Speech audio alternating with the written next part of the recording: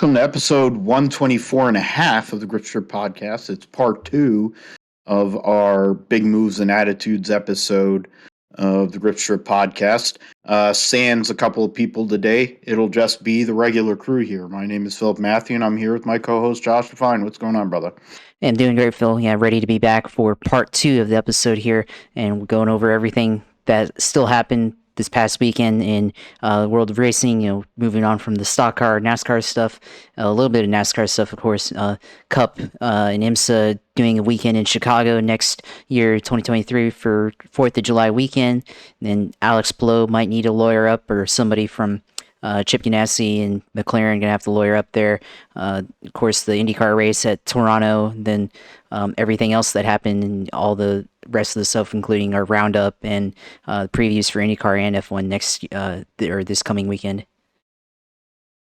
Yeah, I guess you did my part, so we can just go and move forward with the first bit of news that broke today, which is Tuesday. Yesterday, we'll just go and recap.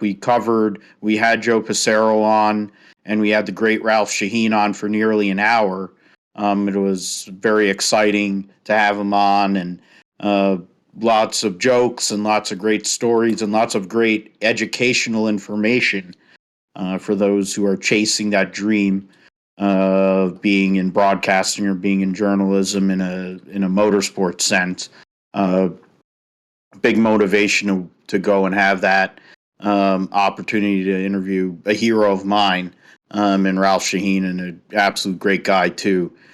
Faithful to the Bay all day. So we had that. The trio, the three of us, went and talked about the NASCAR races at New Hampshire, and then we also previewed Pocono, all three races. So if you want to listen to that, that'll be part one.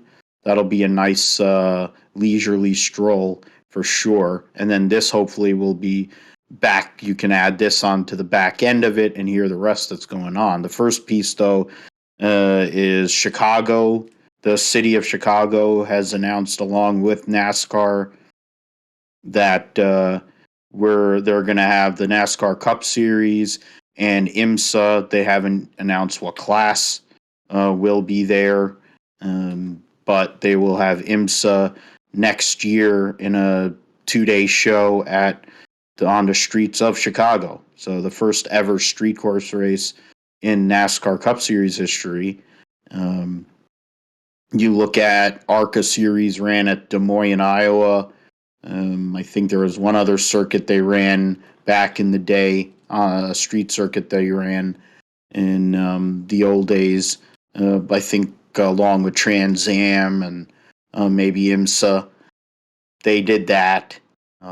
Truck Series and Truck Series and Xfinity haven't done that, or at least to my knowledge. At least I can't really remember if that's the case. I know that Trans Am did it plenty of times. It's been popular in IndyCar and Formula One to a lesser extent. You think about street course racing, it's Monaco and Long Beach. Those are the two greatest street course races it's ever been. IndyCar has also made a great home at St. Petersburg, which is not bad for Josh. That's a place that has been essentially on and off the schedule for as long as I've been alive in some way, shape, or form in motorsport. So they've made a home as a big-time street course. But outside of that, you have a lot of street courses that have gone on and off the calendar. Some of them flamed out. Some of them never got there. Went back to Toronto, which we'll talk about here shortly. But I guess initial thoughts, Josh. I know that on the iRacing side, I'm not sure if you were able to sample that circuit, but that's where they did the science. It seems like Ben Kennedy and company throw out these thought experiments on iRacing, try them out, and then if they're satisfied and whoever they're working with is satisfied, then they start working on doing said thing. That's why we have the Atlanta Super Speedway, narrow, whatever, slot car track. And now we also have the Chicago Street Course. But they're making a big deal about it, trying to hit a big market. They went to LA in the Coliseum. They're going to go back to that next February for the Clash. This is going to be a full field race, of course, regular points race at the expense of Road America. And the media coverage or certain the reactions are obvious in regards to the population that is NASCAR fans for sure. But what are your thoughts on what took place today, the announcement, and what the track looks like, et cetera, et cetera? Yeah, I mean, the track, of course, was developed on iRacing, the course layout. And first look at it is it's going to be a lot of 90-degree turns, heavy braking zones. Turns 1, 2, 5, 6, 7, 11, and 12 are all 90-degree corners. And then you have all the corners are, rest of it is, you have arcing corners, and turns 8, 9, and 10 are turns 8, 9, and 10 are about like a chicane, kind of, in a way. Though I would say maybe nine's very has more of an arc than a chicane type of turn. But I expect a lot of heavy braking in most of these corners. Similar to like what we see at Watkins Glen. Going into turn 1, it's a very hard 90-degree corner, or turn 5 at Road America. Another heavy braking zone where you have a 90-degree left turn. So it's going to be kind of like that, and except on a street course. And there's not going to be an elevation change where you're going downhill at both Watkins Glen and Road America, and this is going to be mostly flat. And of course, you're also going to have to deal with street conditions as well. So there could be bumps and other things, that are built into the streets. So that's going to make for some challenges, especially with handling under braking, and could cause wheel hop or something like that, or contribute to it, especially if you're in a heavy braking zone. So we'll see how it works out next year. And I mean, I have not sampled this track yet from iRacing. I've never downloaded it before, but I suppose now I'm going to have to. And I've tried a little bit of road course racing with the next gen car on iRacing, so going to have to look at that too, and try to get more comfortable with that. But I feel like from the last year's NASCAR iRacing Pro Invitational event that they had, I feel like it's probably going to end up getting strung out, but maybe that's not true. I feel like the racing so far, road course wise, with this new car, it hasn't quite been like that. It's been close enough, and of course, this car is made for road racing, so it will probably do pretty well, especially in a street course like this. And certainly, they had probably had this course in mind when they redesigned the Cup car for this year and beyond. So we'll see what happens. Of course, and this is going to be an interesting event. If they decide to do it, for the future of the sport, this is where the July 4th race is going to be held in Chicago. If it has a thing in place for the future of NASCAR, and if this event is successful, do they expand into other markets using the street course layout? We've talked about in the past, like going back to 20 years ago, there has always been talk about putting a NASCAR track in New York, like on Long Island or something like that, and there's always rumors about that. And I mean, I think at one point, I'm pretty sure I remember Donald Trump's name being thrown out there as an investor, or someone who would put money into that project, but none of that ever came through. I don't think it ever went beyond like a initial planning phase or something like that. But maybe NASCAR tries to go back to New York, where they had their awards banquet for many years, and they try to do a street course race on the streets of New York and Manhattan or something like that. So we'll have to see if this race leads to other events like that. But should be interesting for next year. Yeah, I think another one that fits the bill. I mean, they talked about the Meadowlands here, where they would try to go and make a circuit, but now, of course, you have the new stadium, you have that monstrosity mall, you have the horse track, you have all kinds of crap over there. I don't think that would be possible. You have I think in Jersey City, it wasn't Jersey City. I'm trying to think. Weehawken was where there was rumors with Leo Hendry, who used to run the Yes Network back 20 years ago when it first came along. Ran with Kyle Petty, Orbit Racing, Porsche. in GT in the Grand Am series. He also was connected trying to work with Ecclestone to make a Formula One race happen over there in Weehawken, and initial planning stages started and they did a little construction, but it never came off. Well, if this actually becomes a thing, the notion of going to big cities, and it seems like this is what their plan is. Ben Kennedy is like, well, we have this car that theoretically has sports car characteristics, which in turn, sports cars seem to go and run on these street courses relatively well. Now, what is a racing product going to be? Josh already brought it up. You look at what Road America was for NASCAR, and I said it to Phil Spain, a former guest on the show, when you're talking about the furor of losing Road America. I love Road America. It's one of the greatest racetracks in the world. It's absolutely perfect for so many different types of racing. What it isn't perfect for is NASCAR. It just isn't. The racing, the cars, the people driving the car, it just does not work. They've had 2 races there. Neither race has been all that compelling. The only thing we're going to remember from this past race is the fact that Tyler Reddick won his first career race. If you could tell me anything of great significance that happened in the race last year, that if you're not a Chase Elliott fan, then God bless you. There's nothing memorable. When it comes to Xfinity, they destroy more equipment than they actually, and they have more race laps under caution than they have racing laps, because NASCAR doesn't know what a local yellow is. I hope by next July they learn what a local yellow is, because they're going to need that, because there's going to be a lot of destruction on this track. You think about Indy cars, and we're going to talk about with Toronto and all that. They've ran on street courses going back decades and whatever, and you see the carnage that happens there. You have to take a page from CASCAR, the Canadian Pinty series or whatever. You have to look at what they do and how they handle races and kind of take that as a blueprint, not only on road courses, but I think in general, and look at how they handle races and move that towards the Cup, Xfinity, and truck side, and I guess ARCA to a lesser extent too, even though ARCA is a shit show. It's a new idea. It's cool. Chicago used to have in Joliet, in the suburb, they still have Chicago Land Speedway. I was there in the year 2000 visiting family when they were building the track.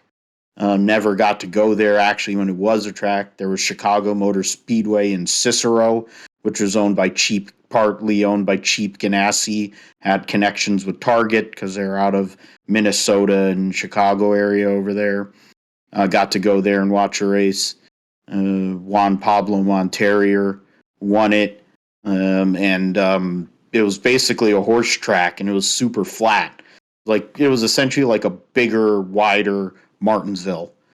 Kyle Busch made his NASCAR debut there back, I think, in 2001 in a Roush Racing Ford at 15. So Chicago has history. They ran at Soldier Field. Of course, they ran all those years at Chicagoland. They dumped Chicagoland to the curb. Kansas, because they have Brian France built that casino there for whatever reason. They have 2 races there, but it's still a shitty racetrack. But because it's Kansas and it's inbred and whatever, they'll go there. And they'll get all this stuff. The fact of the matter is they got rid of a permanent road course, which in turn doesn't really suit NASCAR, for a street course, which we really don't know if this form of racing can actually suit street course, or cars can suit a street course. It's kind of like how this car does not work well on flat tracks, which, the racing we saw on Sunday kind of proved positive of that. So I guess it's trial and error. We'll see. There will be a lot of beating and banging. There will be a lot of cautions, a lot of bruised egos, and a lot of tempers. And if it's similar to what we have this year with the parity and a lot of different winners, somebody's probably getting dumped for a victory late in that race at Chicago. but we will see what happens, and we will see. I would assume IMSA would be involved because it is a NASCAR entity. Now, I don't think the prototype, the hypercars and the LMDH cars will be there. I would think it would be similar to like Lime Rock was this past weekend, where they had GT only. Now, how that would affect their schedule, how they would have to do the logistics of that. I don't know how that would work. Um, we'll see what happens. That's probably going to affect their schedule and some of the series they got going on there, with who's going to show up. Maybe they do an LMP2 only race or something. Maybe, who knows? I don't think NASCAR wants to have. I mean, I think the GTD cars, just the regular GTD cars, are still going to be faster than the Cup cars. So maybe they do LMP3s. I don't know. There has to be some. They'll have to figure out a way to make it so that they don't make the Cup cars look like dog slow. So that's something that they'll have to also think about. From there, we will transition into another piece of news. We spent a lot of time during episode 124 last night talking about the move by Tyler Reddick and going to 2311 and all the machinations that come with that. Well, that's coming in a year and a half from now. He's not even going there until 2024. Alex Palou, in a span of a few hours, Chip Ganassi said they took their option on the defending series champion. Alex Palou then comes out and says, I never approved of this. I have not said that I'm going to sign back with them. And then 20 minutes later, McLaren, whatever, Arrow McLaren Racing, whatever you want to call it, Arrow Spam, says that they signed him for 2023. And then it became a cluster. So the defending series champion, a guy who has driven, this is his third year in the series. The first 2 years he drove for two different teams. His second year, of course, he has this championship run and wins, becoming like the first teammate and the first driver in a 10-car since Dario Franchitti that actually gave Scott Dixon something to work against. And this year has not been as fruitful. Wins have been hard to come by for the Ganassi team. Of course, Marcus Ericsson getting the Indianapolis 500, but Dixon said it on Sunday, which we'll talk about here shortly, that he gave away that race because he dominated it, and qualified on pole, set the 1 and 4 lap track record at Indianapolis. For whatever, and in qualifying. But Alex Palou's announcement set off a chain reaction of things that affects a whole bunch of people. It affects a 10-car. What are they going to do there? Ganassi has come out and said that he wanted status quo. Now, Jimmy Johnson, God love him, he's a champion, he's a great sportsman, he's one of the greatest race car drivers I've ever seen, because the guy's been doing this for 30 plus years racing, and he's been generally good for all 30 years in some way, shape, or form. But he can't drive road courses in an IndyCar. He's all right on the ovals, though. So I think this weekend's not going to be bad for him in Iowa. You have Ericsson, who's leading the points and has won the Indy 500. They ain't getting rid of him as long as he has sponsorship, which he does. Scott Dixon, we're about to bring up more history that he has made. He's one of the greatest open wheel drivers ever lived. And I think he could drive until he's like 100. The fact is, Chip Ganassi will allow him to drive whatever he wants. If Scott Dixon decides he wants to have a wheelbarrow with Chip Ganassi support and Mike Hull's willing to go and call the shots, I think he's going to be allowed to drive a wheelbarrow. It doesn't really matter. I think he's going to drive there for the next 100 years. As long as he's alive and he can get into a car, Scott Dixon's going to drive for Ganassi. But the 10 car has been this revolving door. They had Dan Weldon in that car. I don't remember back. I think Darren Manning was in there. Yeah, I that think for sounds a year or familiar. two. Yeah, Darren Manning was there in the IRL days when they were struggling with Toyota. One of the only 2 years where Scott Dixon didn't win in his illustrious career.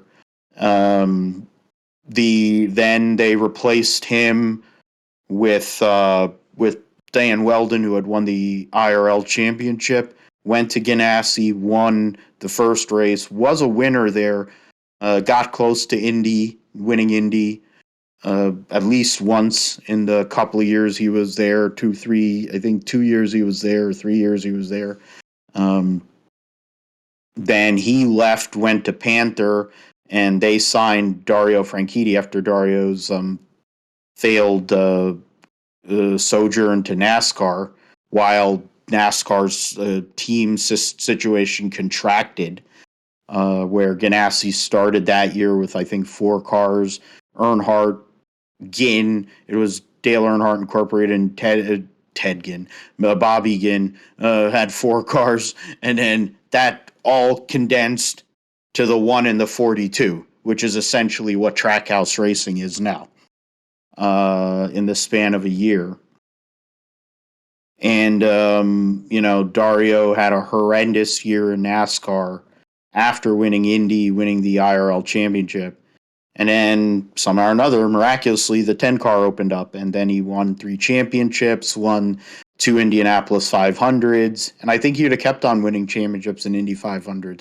He probably would have been the first international driver to become a 4-time Indy 500 winner before Elio. But his serious accident at Houston at the end of the 2013 season left him having to retire from competitive motorsport.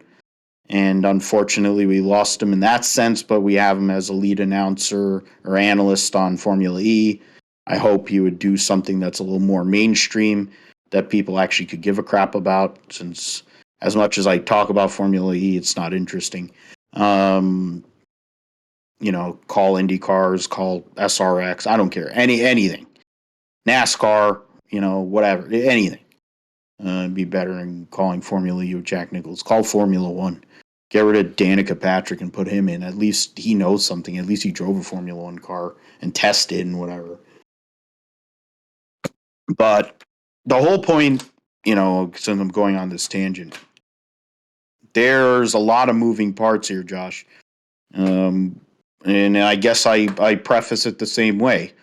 What were your initial thoughts when you heard all this stuff go down, and now that we've had a week to really kind of digest it and hear some more stuff, what do we take away from that? And I guess what do you see happening for Alex Palou? What do you see happening for these two organizations?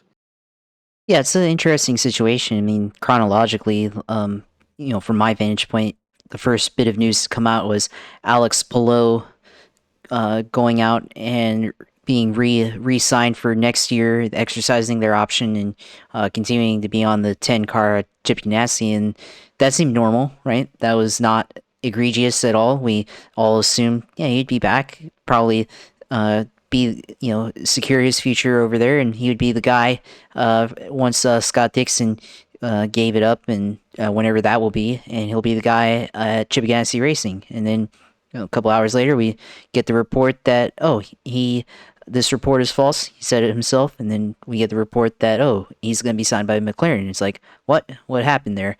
And now we see that they're both claiming their rights to him, and it's turned into this mess. And it's a he said, she said type of deal regarding all 3 parties. Just a very complicated mess, and it looks like both sides are going to have to get their lawyers out. And yeah, probably the first time in a while we've had a legal case involving an IndyCar driver that involved their status to be able to drive, since Helio Castroneves, when he got tax evasion with the IRS back in 2008 and 9. So all that stuff being said, I do think that at the end of the day, Alex Palou is probably going to drive for McLaren next year. but they're going to have to go through litigation or court trial, whatever, and sure that we'll find out details about the contract in court, whatever gets leaked out in the case. But I think at the end of the day, they'll probably work something out to get him in an IndyCar seat next year. And if not, then I'm sure he'll have a seat in Formula E, not Formula One. But of course, this also does come with the option to be a test driver for Formula One, and I think that's probably one of the reasons why Alex Palou wanted to be in McLaren. Not only being better paid, get a pay raise from McLaren, but then also the opportunity that probably would never come with Ganassi to be able to test at the very least a Formula One car in house, essentially, since AMSP is basically McLaren Racing and adjacent to the Formula One team of McLaren. So all that considered, this is probably the deal that Alex Palou wants. Not the legal part, of course, but just being able to drive for McLaren, and he'll be able to do that whenever that happens. And it looks like, it could eventually be a super team between Alex Palou, Pato O'Ward, and Alexander Rossi. So that's definitely a super team there. But of course, you're gonna have to consider if it's going to be able to happen, and if Palou stays there long, or does he use this as an opportunity to jump to Formula One, or jump into Formula One. So I think for now it could be a super team, but you're gonna have to see a little bit more from the cars as a whole. I mean, they're right up there next to Ganassi and Penske, but they're not quite above that hump. And you saw that at Mid Ohio with the engine failures that they had with both their or mechanical failures that they both had with O'Ward and Rosenqvist. So it's they still have a little bit to go to be able to be consistently competitive compared to those teams. But I feel like they're probably the team that's on the rise right now in IndyCar, and certainly with a super team like that shows the potential that they could have there. And then, of course, mentioned that it could lead to possible Formula One drive, and where does this lead for Daniel Ricciardo? And they've on that end they've said that Daniel Ricciardo and McLaren Racing that right now they're committed to each other, and Daniel has no intentions of leaving Formula One right now. But we all know that that's probably just all talk and everything, just to cool down the flames of the rumors. And probably about the end of the year, they're gonna release an announcement saying that they've mutually agreed to part ways after 2022, and all that PR stuff that they have to put in there for that statement. And where does that leave Daniel Ricciardo? We don't know yet, because obviously there's not a whole lot of open seats right now in Formula One. If he leaves Formula One, then where does he go? Does McLaren keep him and put him in a Formula E seat, or does he go to IndyCar potentially, take a huge pay cut to go to IndyCar and race in the States, or potentially does he try to do one-offs in like NASCAR with the Project 91 car with Trackhouse or something like that, or go sports car racing in WEC if he has that desire, or go anywhere else like that. So it's gonna be interesting. Ricciardo obviously is a very talented driver, but just hasn't worked it out yet so far here with McLaren in Formula One. And then beyond that, it's the future does look murky right now for him beyond this year in Formula One. So a lot of things that could happen here, and and you have to also consider Andretti with not Brian Herta, but Colton Herta potentially getting that F1 seat if that happens. A lot of things that could happen. So this is probably the biggest story in my opinion. We talked about Tyler Reddick's move last night, but I think this is the bigger story because of the legal case, and then also because of the more moving parts and the total surprise of this move happening. Although I feel like they did foreshadow it earlier in the year. I think there was a report of Palou possibly leaving, like looking to leave Chip Ganassi, and I feel like a lot of people at the time dismissed that rumor and as just a mere rumor and nothing more than that. And now that rumor is very real right now. So we'll see what happens, but definitely going to keep your eye on that for the remainder of the year. Yeah, that rumor also involves Scott Dixon, and Scott Dixon brought up the fact that Arrow McLaren SP McLaren Racing contacted him and tried to offer him to go and leave. So the notion is they were in the business of trying to build a 3-car organization and build the best 3-car organization. You have the defending series champion. You have a guy who has won the Indy 500 coming into the fold after a few lean years, and as an American driver, a guy who's building his personality here and has a fan base. I don't know if he's going to be able to bring his main sponsor with him. That's something that's to be told for sure.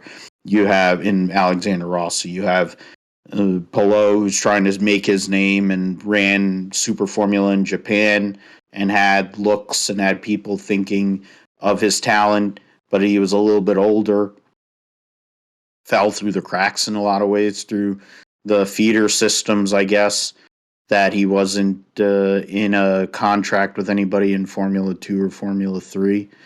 You have Pato O'Ward, of course, who's their lead dog on the IndyCar side and has been a champion here in multiple forms of the road to Indy. And of course, and then you have Felix Rosenqvist, who's been great in Formula E, has one IndyCar win, spoke out about his viability this past weekend in Toronto, and has been very outspoken about his situation relative to Alex Palou, who, to be fair, Felix Rosenqvist was the driver of the 10 car, and they let him go, or he left, or however you want to do it, whatever. He was replaced by Alex Palou. So I guess it's kind of this circuit. It's all coming back around to where, oh, now you're going to take this ride? No, I don't think so. Zach Brown has got a problem in regards to number of cars relative to the number of drivers he has signed or he thinks he has signed. Now, if Ganassi wants to keep Palou and he's able to get Palou to come back, it's one thing. Whether Palou wants to be there or not, it's a whole other thing.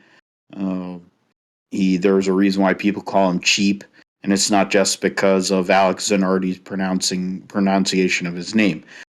He has that reputation. Kyle Larson is one who got signed to a very long-term contract. I think there's a few other guys over the years, all of them development drivers they had that drove that team into the ground. I don't think they really made a whole hell of a lot of money. I know Dixon has made plenty of money, in large part because he's won them a lot of championships and a lot of hardware. But you don't really hear, and there's certain people that never leave, so those people are obviously compensated well. But then you look at other drivers over time and their compensation and how long they've lasted there, and you could venture to say they don't really get the same kind of treatment. So interesting to see what happens with that. I think I brought it up in our little outline myself and Josh have, that if Ganassi is really looking to go and make that flashy play, to make the play that is a long-term play, since Alex Palou does not want to be there, you sign Rinus VeeKay. He's got connections to Ganassi in the fact that Arie Luyendyk is a mentor to him. Arie Luyendyk used to drive the 10 car way back when. Won the Indy 500 pole in 1993. The fact is, Rinus VeeKay is one of the best young talents in this sport, and he wants to be an IndyCar. Nobody is, for whatever reason, has thought about him for those other series. So it's like, okay, you want a guy you can build around who has a personality. He's a funny guy. He likes to do some gimmicky things, whatever, Lightning McQueen stuff, whatever. He's got winning potential, and he has won one race or a couple of races, whatever, for Ed Carpenter. The guy he replaced in that team, essentially, I mean, I think it was Spencer Pigot was the driver of that car, and then they got rid of him. But the guy before him, I'm talking about, is now a 2-time IndyCar Series champion, has won virtually everything outside of Indy, and is Mr. America. And if you listen to Connor Daly talk about him during the Nashville SRX race, he's subhuman. And Joseph Newgarden. That worked out well for Penske. And I think Ganassi, if they were to sign Rinus VeeKay, that would be the same thing. I would assume he doesn't like signing Americans for whatever reason, so it's hard for me to see him like sign a guy like David Malukas. I don't think David Malukas is going to leave his dad's team, though he does have a lot of talent. Kirkwood's off the table. They're not going to swoop in and sign somebody like Logan Sargent. I think he wants to go to Formula One. It's really at this point about Rinus VeeKay now, because he's not going to McLaren. And with Callum Ilott out there, but he's still connected to Ferrari, he may not have as much flexibility in his movement. And I'm trying to think who else is out of contract, really. There's maybe some people in sports cars, might be some Formula E people, there might be Formula One people that may want to come around and give it a drink a cup of coffee there, at least see what's going on. But I think it comes down to, at this point, it's really Rinus VeeKay and Alex Palou for the 10 car, and I would assume Rinus VeeKay goes there. And then once that happens, you would see likely the rumors have been through multiple outlets that I've seen not like whatever motorsport, whether it's racer, whether it's other outlets on socials. It sounds like Ilott would be going to the 21 car. Connor Daly at the moment would probably keep his ride unless one of these Indy Lights team drivers come in with a big budget to go, whether they win the championship or they go do something else, they bring a big budget. I think Connor Daly's one of the more popular drivers in this sport, and considering the level of what Ed Carpenter Racing is bringing to the table these days, they're not really going to find a driver that's going to be able to compete generally on a week-to-week basis and bring the marketing pull that Connor has. So it's something to see with that. I believe that Alex Palou will be in an IndyCar next year. I believe that for McLaren, with Alexander Rossi and Pato O'Ward, I think Felix Rosenqvist will be the lead driver of Formula E team, and he knows that.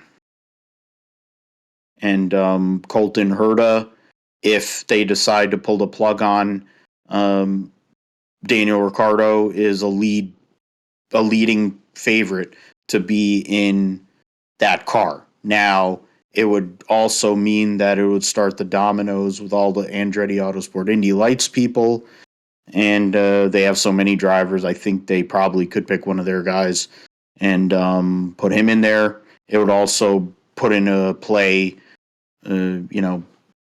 Ricciardo, but I doubt Ricciardo would come over.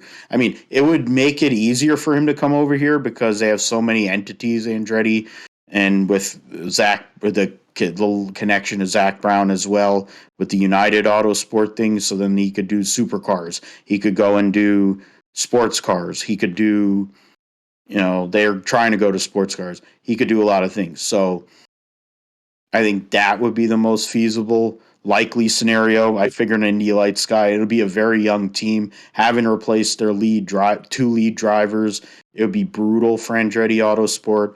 Grosjean is not really doing a whole hell of a lot here. So it would be an interesting time for Andretti Autosport. Kirkwood would have a lot of pressure on him to come into this team and essentially have to take over as a lead driver because DeFrancesco's useless.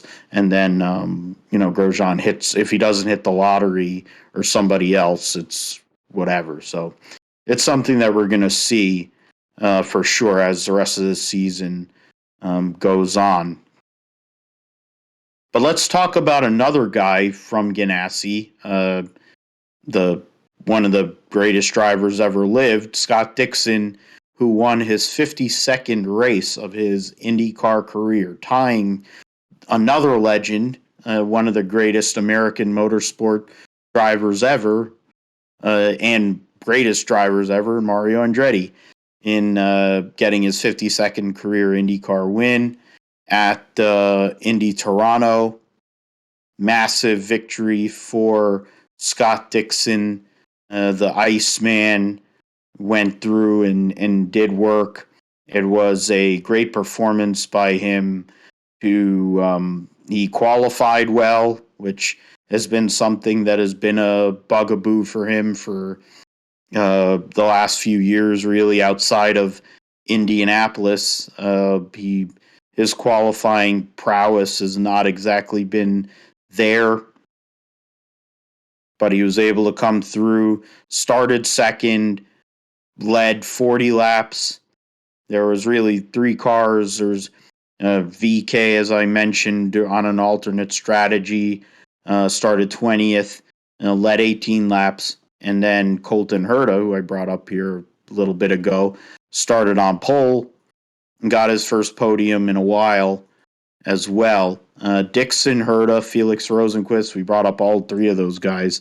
So just in this last segment, Rahal finished fourth, had his best run in a while, and great run for the Rahal Letterman Lanigan organization, going to a big weekend for that team since they're a big part of the arrangements at Iowa Speedway.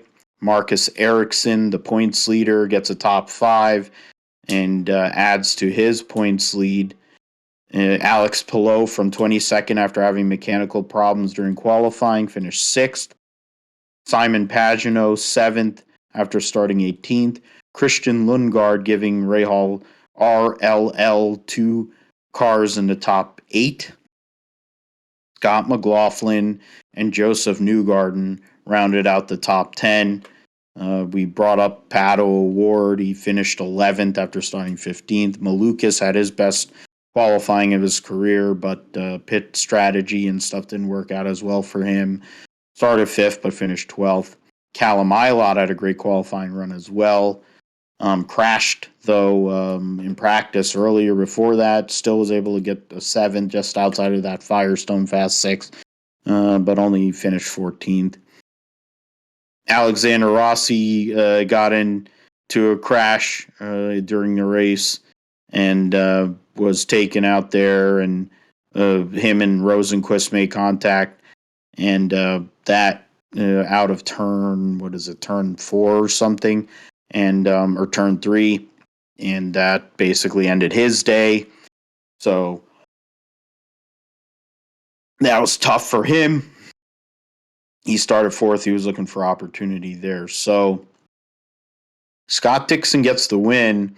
It wasn't, easy by any stretch of imagination, the usual cautions and all the different things that come with running Toronto first time in a couple of years, rough racetrack and hard to pass. But the Iceman cometh, and now he is in the mix for this IndyCar Series championship. He is only 44 points behind his teammate Marcus Ericsson. He's only 7 points behind Alex Palou. So right now there's a 5-horse race for the championship. 5 guys within 44 points, with 2 races going on this weekend. And then you have a further 2 guys that are within less than 80 points out. At this point, battle's starting to get really tight, and the races are running out. They're going to be coming fast and furious here in this period of time, basically starting with the last week at Toronto till we get to early September. I think is essentially going to be a run out of races to get to the end of the season there, Josh. Yeah, this race, there wasn't too much that happened, but a lot of significance, of course, and with Scott Dixon tying Mario Andretti, and sure he's probably gonna become the second winningest driver in IndyCar very soon.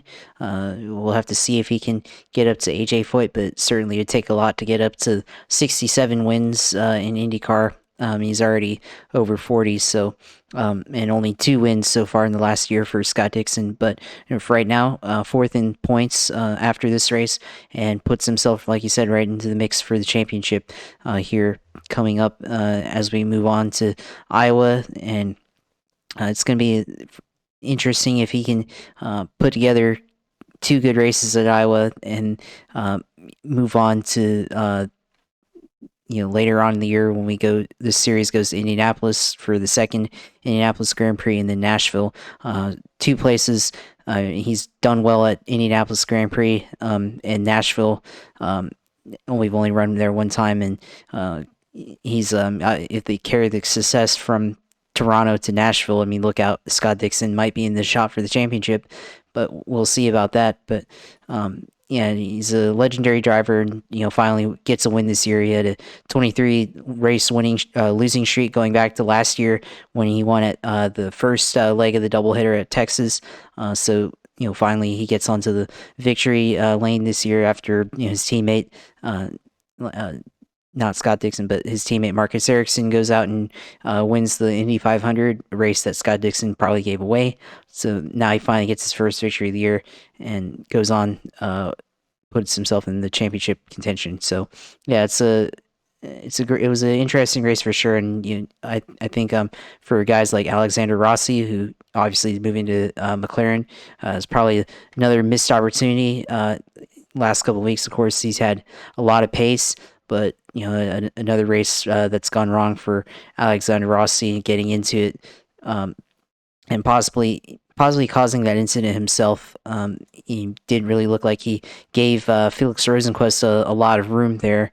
Of course, Rosenqvist went on to finish 3rd in this race, and still showing that he could get something done in IndyCar, especially since he could be in Formula E next year, potentially. So Rossi is known to drive and race guys fairly closely, and when you're at a tight street course like this, maybe it's just best to move out of the way, especially when Rosenqvist was sending it into the corner after being very far back and getting pushed to pass and getting a draft off of Alex Rossi there. So of course hurts him in the points because he was starting to look like maybe a dark horse contender, and now loses a lot of points and comes out of this in 11th place. And it wasn't too long ago he was like in 6th place or 5th place going into the championship title. So now he's put himself back out of reach for the championship. So it's going to be interesting to see how it all plays out. But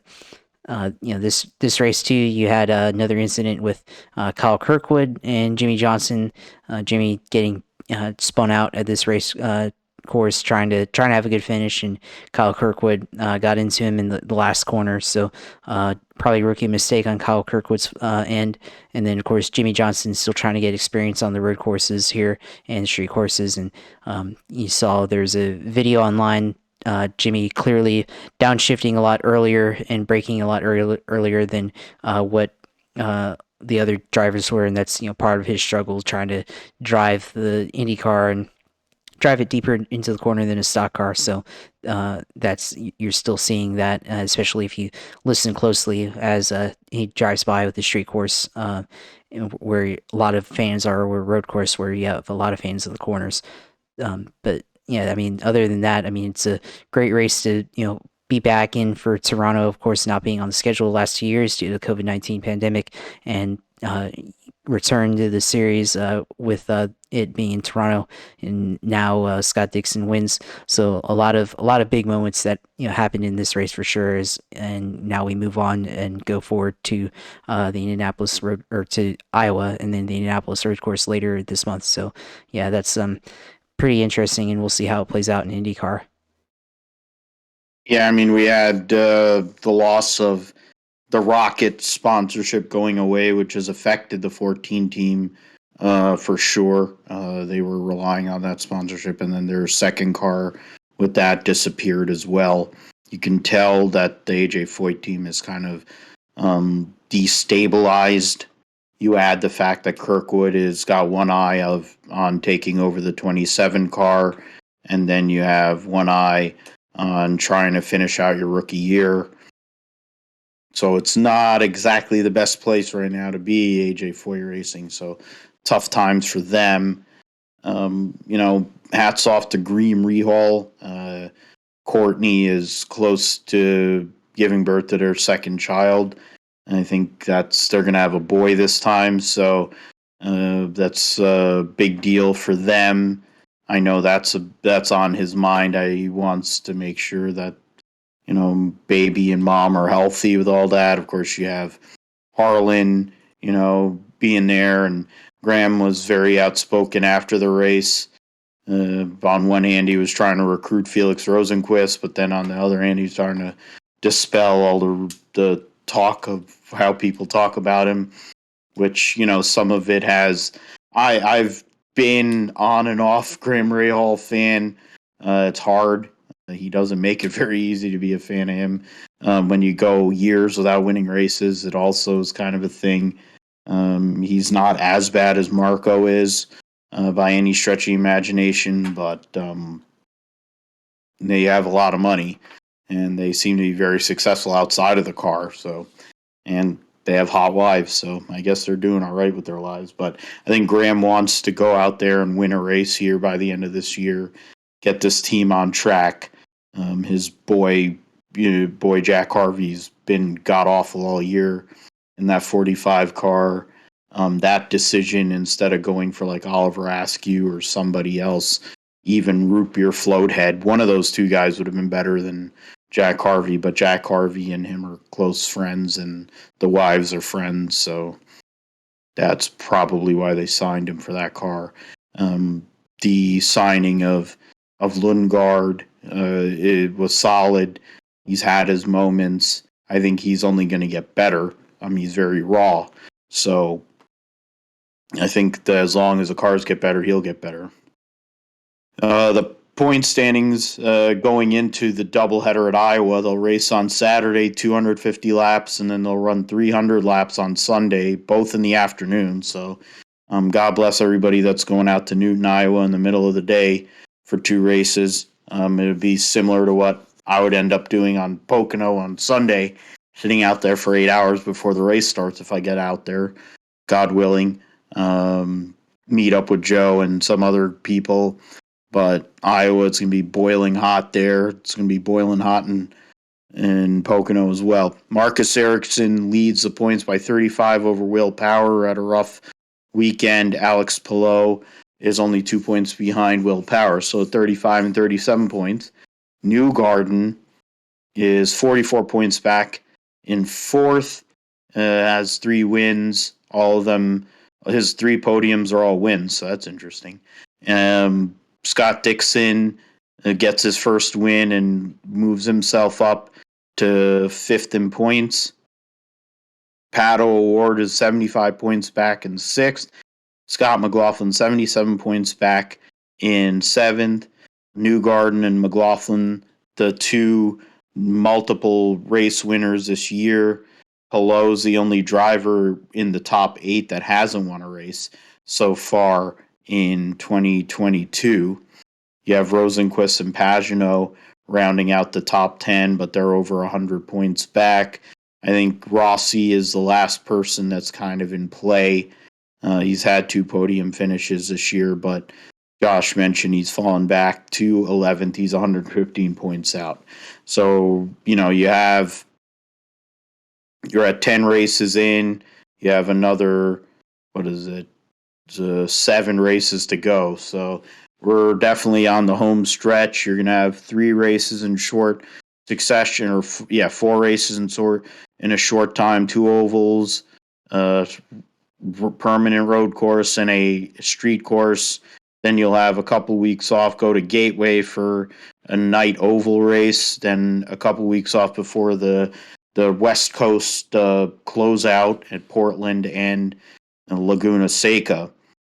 So this series is going to be over really, really quick. This IndyCars, if you really want to know what's going to happen, it's going to happen real quick. I guess one other thing before we move forward, I was tuning into it. Of course, it was a fully online weekend this past weekend, everything was on the Peacock Premium service. It's $4.99, so you're able to see all the sessions. You're able to see the race with very limited commercial interruption.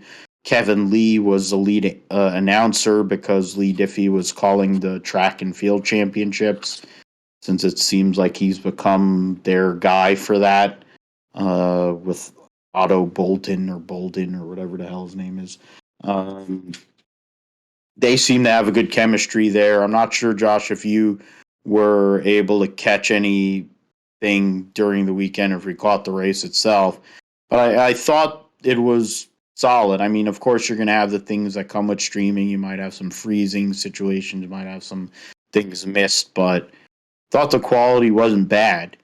And it kind of speaks to where certain things are going, like NFL Red Zone or the Sunday Ticket package is going to a streaming service from what all rumors are saying or being spoken about. I think so. That's something that we're both plays a role in for our fandom, but also with this, I think streaming and having that opportunity for alternative announcing options, for alternative camera views.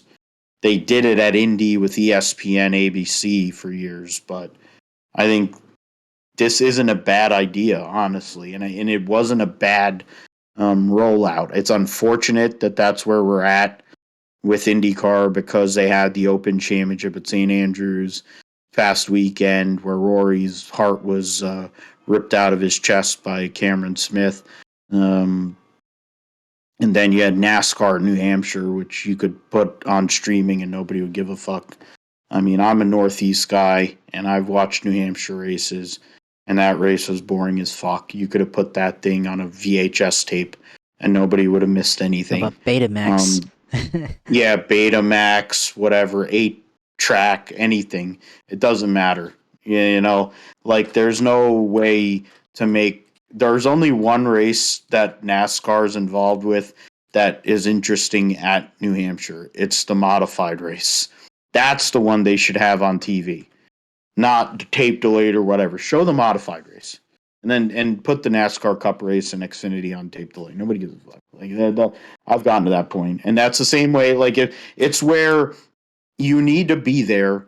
What's great about the Northeast is I think all the Northeast circuits you have to go there, which is a call to action for me to actually go to all these places, because it's better to watch the race live than it is to watch it on TV, because you're never going to see everything and it's not going to be as good unless you go live. And I mean, that's just the truth of racing.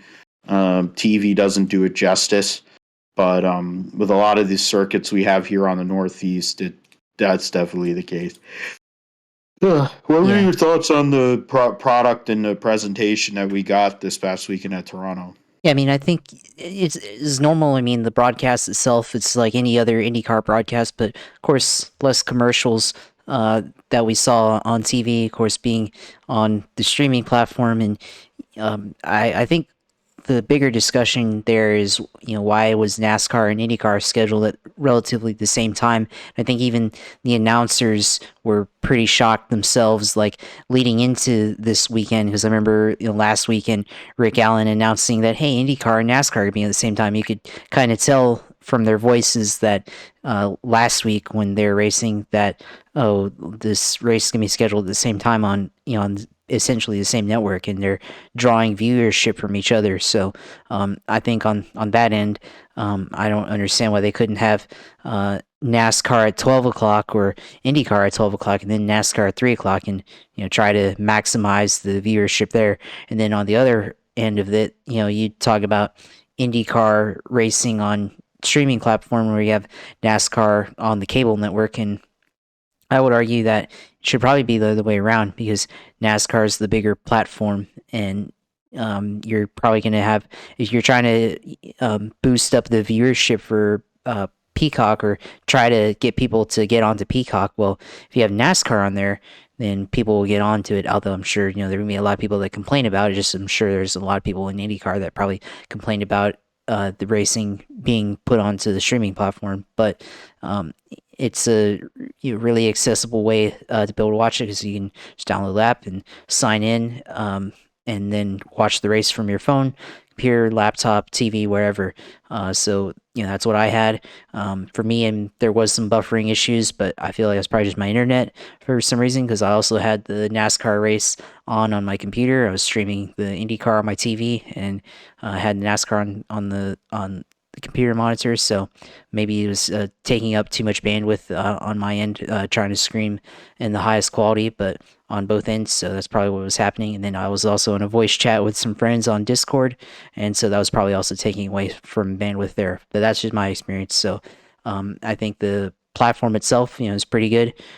Personally, I probably will try to figure out a way to get it for free, because I do have connections with Xfinity through my family. So I wonder if I can just cancel my plan for Peacock and then just hop on their Xfinity account and make a Peacock account there. And then if it, since it's already free for Xfinity customers, then I can just get it from there and, save $5 a month. But, if you don't have Xfinity, then yeah, I should definitely download Peacock and get all the amazing content on there. Besides, live streaming IndyCar races, they had the Dale Jr.'s his download 30-minute format show, and then you also have Lost Speedways and all the other TV shows from NBC that you probably like The Office, Parks and Rec, and everything else. So yeah, definitely try to get Peacock, and not an advertisement, but just saying, it's a good decision to make in general, I think.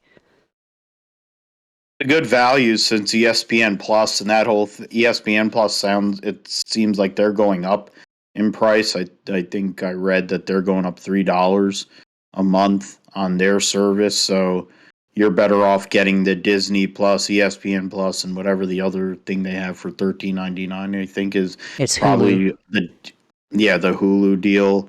and that's all with ads still. With ads. Okay, so yeah, all right. I don't know. Have to go and look at that. So ESPN is trying to go and hedge. They're trying to make up for the ridiculous salaries they paid Buck and Aikman, amongst other people, and then paying for all the terrible bowl games they're going to have when there's only 2 conferences in college football. But yeah, I mean, I didn't. I was basically, I had the Cup race on I had it on TV.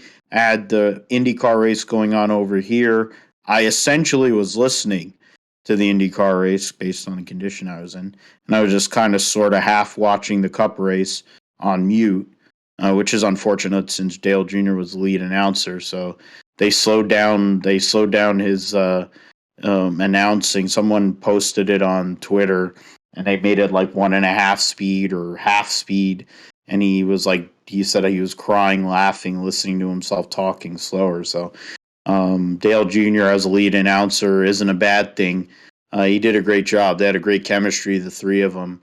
Might tell you all you need to know.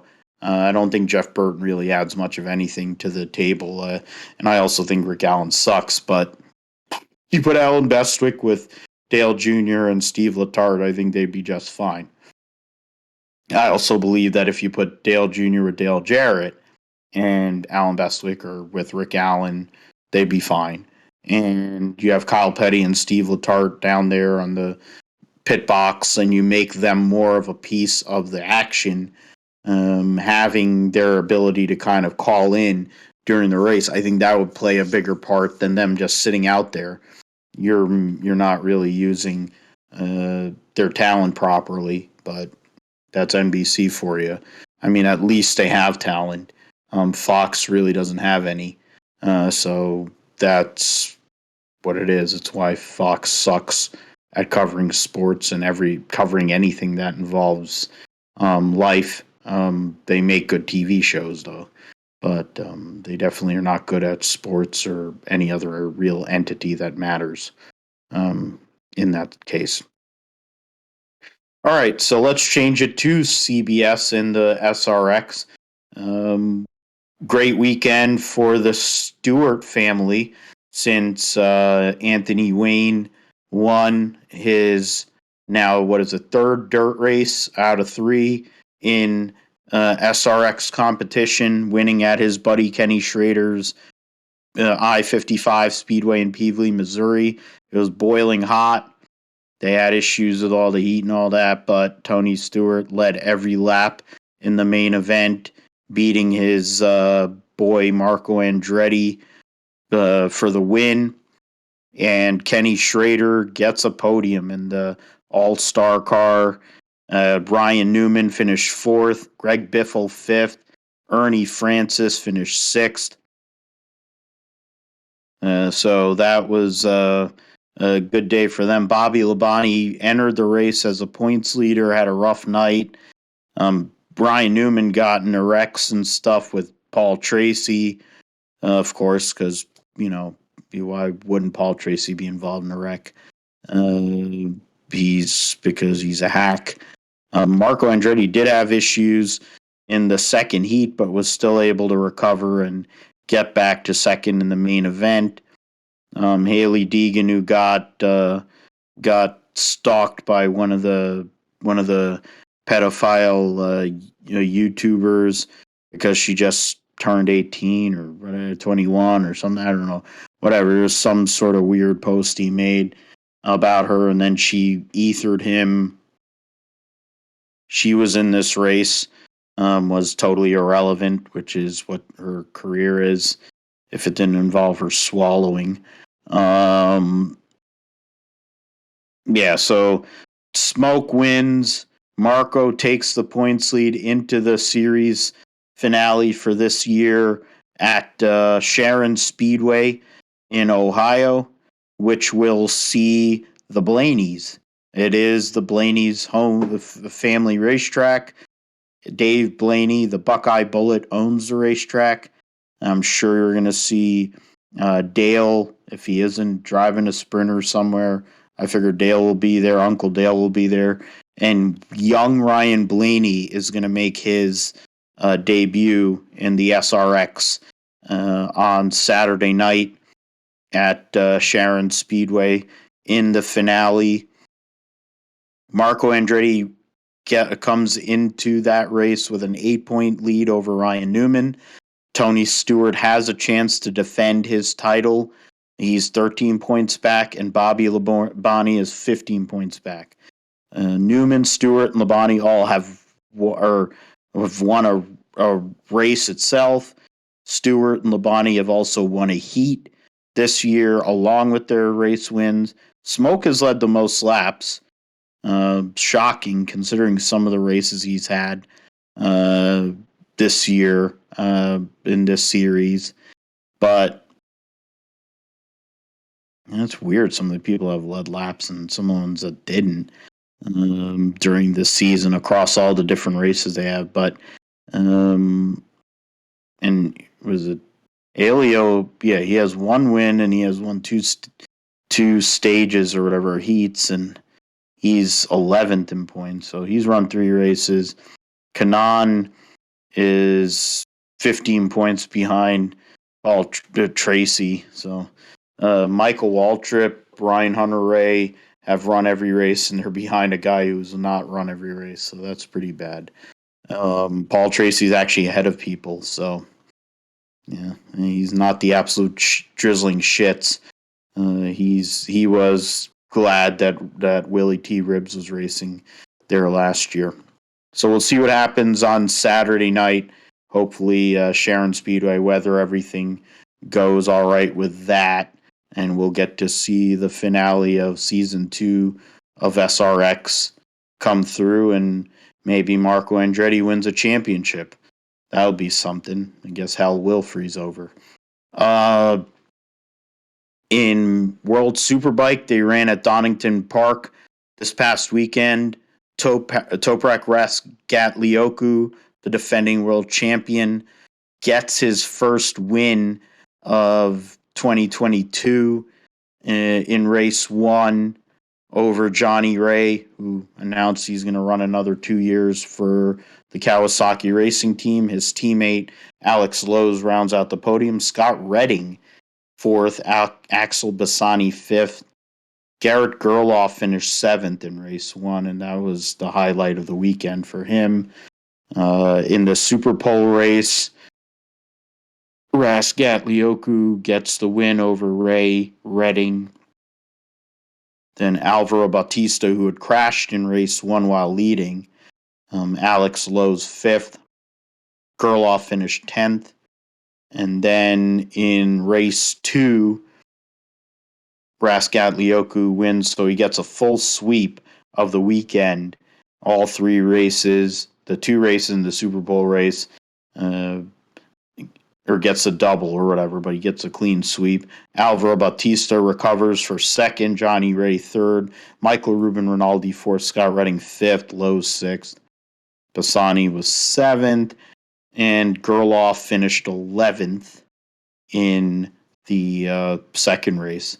In the points, Johnny Ray had a big weekend, gained 19 points on Alvaro Bautista based on he was 19 points better during the weekend than Alvaro Bautista, and now has cut the gap to 17 going into the next race at Autodromo Most, which is looks like Yugoslavia, one of them Eastern European countries there. Then Toprak Rasgatlioku is now back in the points battle. Huge gain points on both Johnny Ray and Alvaro Bautista. He is only 43 points out of the championship. It is definitely a 3-horse race. It was a 2-horse race. Now it is a 3-horse race again. Locatelli, Ruben Rinaldi, Lecuona, and Lowe's are separated by 18 points. And then after that, it's kind of laughable. Gerloff missed a race. He's 12th in points. He's 40 out of 8th. So take it for what you will in that. But it's been a rough year for him in that sense.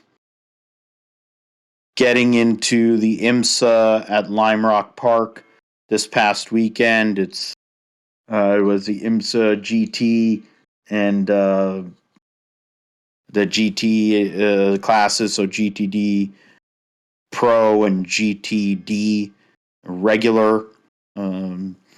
Saw the winners were Matt Campbell and Matthew Jaminet for the FAF Motorsports number 9 Plaid Porsche by 1.883 seconds over the harder racing Aston Martin of Ross Gunn and Alex Riberas. Jack Hawksworth and Ben Barnacourt for Vassar Sullivan Lexus finished 3rd. They were just over 4 seconds behind. The winners of GTD were the BMW team of Paul Miller Racing, Jersey team, Brian Sellers and Madison Snow get the dub.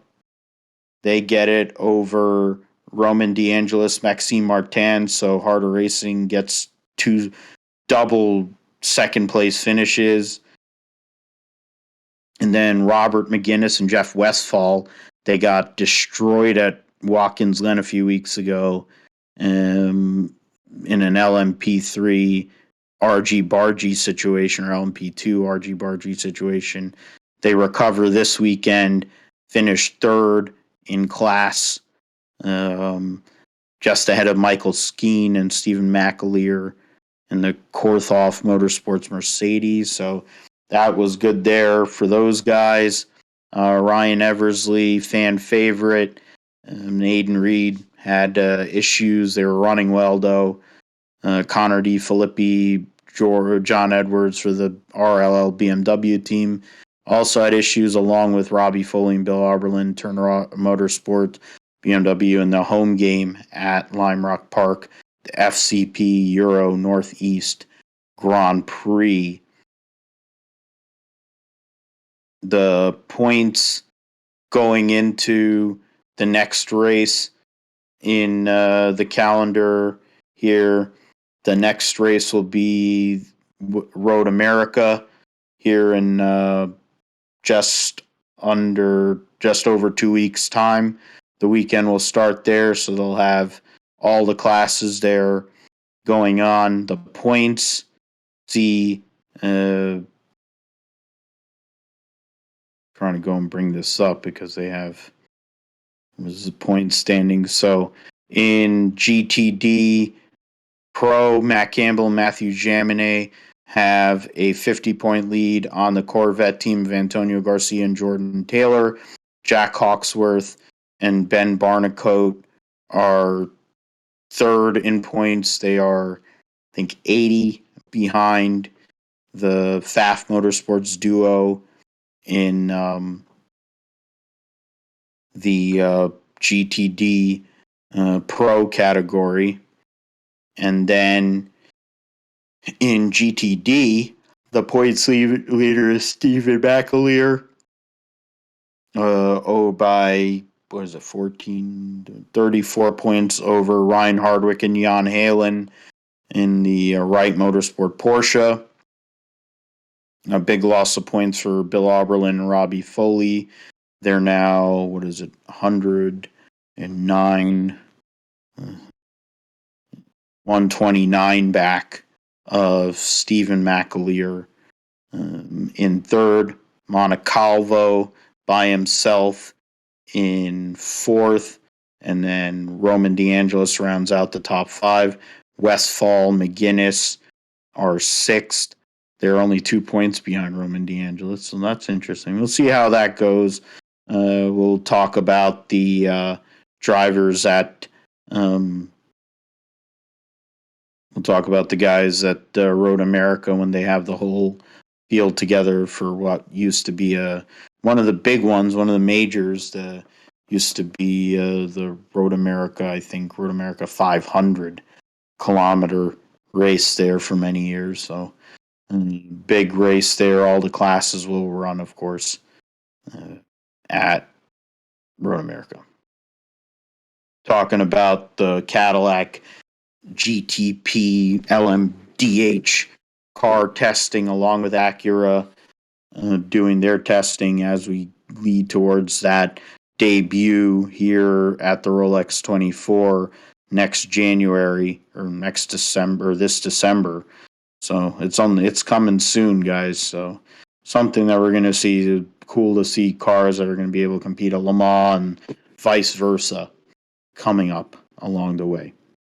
NHRA, we had racing at Denver, the first the first of the Western Swing, first race of the Western Swing.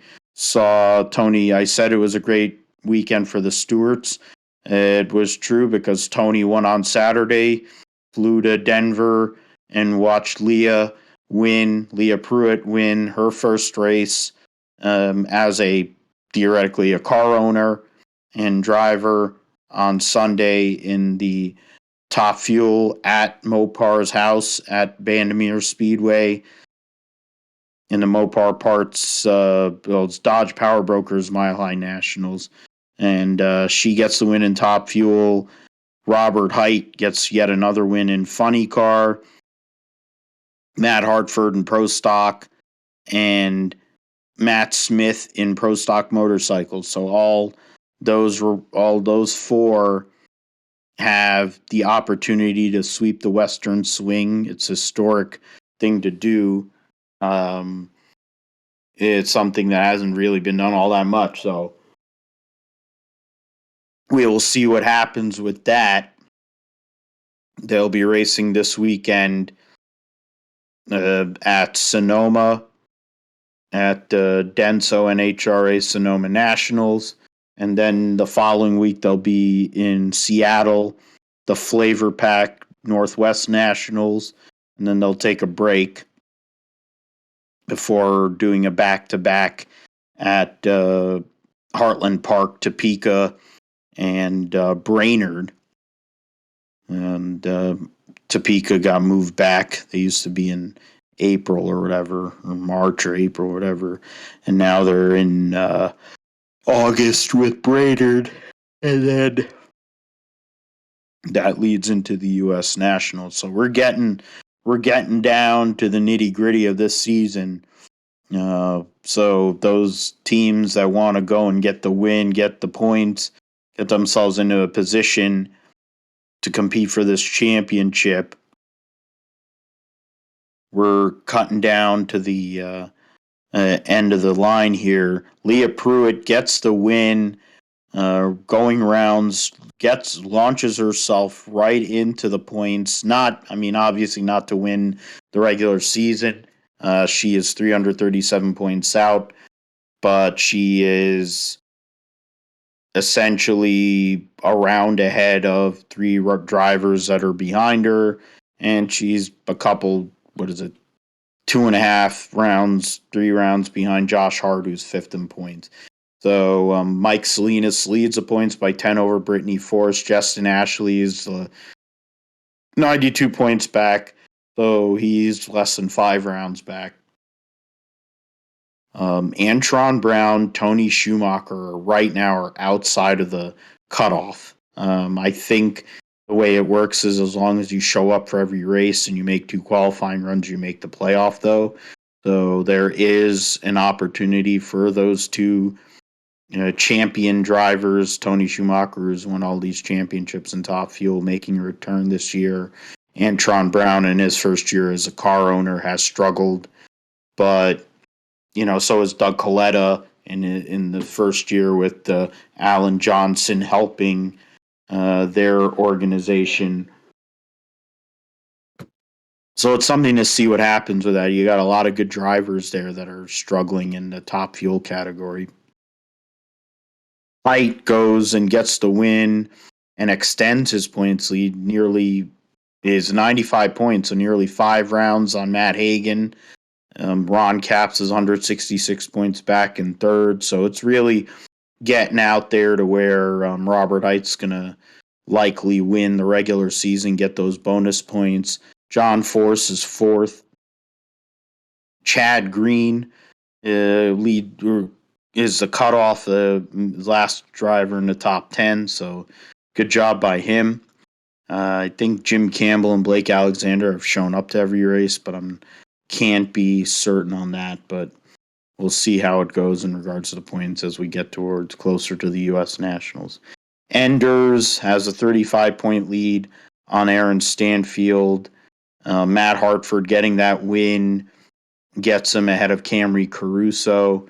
Kind of gets him in the mix there because there's just a real glut of drivers from 4th to 8th that are essentially separated by 50 points. So that's something to see. Troy Coughlin Jr. is in 10th, but he's only got a 3-point lead on Bo Butner and a 6-point lead on Fernando Quadra Jr., 25 on Christian Quadra. So I think, as I mentioned, the rules are if you show up to every race, make at least 2 qualifying runs, you're going to get into the playoffs. So we'll see how that all works. Matt Smith inserts himself into this Pro Stock Motorcycle Championship. Steve Johnson leads by 10 over Angel Sampey. Matt Smith is 19 points back. Joey Gladstone, 46. Angie Smith, 58. Karen Stouffer, 59. And Eddie Krawick, 91. So there's plenty to go through. There's still half a season to go in Pro Stock Motorcycle. There's actually half the season to go in all 4 categories. And so it says following event 11 to 22, but I don't know how many races they've done. Jimmy Underdahl is the cutoff. Ryan Ayler is the closest person to him there. So we'll see how the Western Swing goes. We'll talk about it next week on the GSP, what happens there in more detail. We'll see how much detail we really need to have. The fact is Leah Pruitt won, so I had to really talk about it after Tony won on Saturday. Formula E raced in Brooklyn, Red Hook section of Brooklyn. Yet again, what possibly will be the last time they'll be racing there due to some of the other additions in the calendar. Nick Cassidy gets the win in race 1 over Luca de Grassi and Robin Freins. Stoffel Van Dorn and Sebastian Buemi round out the top 5 in race 1. In race 2, Antonio Felix da Costa wins over Stoffel Van Dorn. Mitch Evans rounds out the podium. Alexander Sims for Mahindra gets a 4th. Sam Bird 5th for Jaguar. Robin Freins finished 6th. Defending world champion Nick DeVries finished 7th, so he's had a couple top 10s. Jake Dennis for Andretti Autosport finished 8th. Eduardo Matara entered the race. I think he was on the periphery of the top 10 in both of those races. After this weekend, this past weekend at Brooklyn and the U.S. round of the Formula E Championship, we see Stoffel Van Dorn retake the points lead for Mercedes EQ. That team will be sold to McLaren, so that's a team that, and their entity and everything that's going on, will be given to McLaren, and that's if Felix Rosenqvist, whether it's Alex Palou, whether it's somebody else, that's what that team's going to be getting. Van Dorn is up by 11 points over Eduardo Matara. He's 16 points up on Mitch Evans. And then Jean-Eric Verne is 27 points back and forth, the multiple champion of this series. So Mortara, all the top 3, 4 of the top 5 have not won this championship before. Jean-Eric Verne, Antonio Felix da Costa, Lucas de Grassi, Nick DeVries have all won the Formula E championship at some point in their career. So it's something to see in the top 8. And essentially, right now there's 4 rounds to go. So I think it basically comes down to those 8 guys. But really, the top 4 is in a battle. But the 8 guys, those are the ones that really probably have a chance if they can really put something together. Going into Formula 2 and W Series, I'll keep it simple with the W Series. Jamie Chadwick has won every race this year. I will assume that you would go and win at Paul Ricard as well, just to give it the fairness it deserves. In W Series, the point standings going into this weekend's race, Abby Pulling is second. She's 49 points behind Jamie Chadwick, but she's 11 points ahead of Emma Kimmelainen. And Betske Visser is 4th, and Alice Powell is 5th. Marta Garcia is 6th. The Chloe Chambers, the American, is 12th. There are 4 drivers that have not scored a point so far this year in the 4 races that have taken place. So we'll see if those drivers can score points. If Chloe Chambers can actually get some more points, it would be good to back herself up, considering her teammate has won every race. But to be fair, Jamie Chadwick probably shouldn't be in the series anyway. It looks like the Williams development drivers are better than at least one of the drivers they employ in the Formula One series, but that's a discussion for another day. In Formula 2, speaking of that, Logan Sargent has had 3 consecutive weekends of outscoring Lipe Drogovic, the points leader. He was a runaway points leader. He had the first 5 weekends of Formula 2, he had wins and he had big points hauls. Theo Pocher was the only one that was kind of in his vicinity. Both Sargent and Pocher had issues at Saudi, which helped Drogovic get the gap that he has. Pocher has had 4 great weekends and 3 terrible ones. Logan Sargent's had 3 great weekends in a row. 4, I guess all right weekends, and then 4 weekends to throw away. 4 bad or 4 bad or throwaway weekends for Teo Pocher. Drogovic has scored every weekend, which is probably part of the reason why, even when he's had bad weekends, he's still scored points. So going into this weekend at Paul Ricard in the 2 races, Logan Sargent is second in points after winning another race.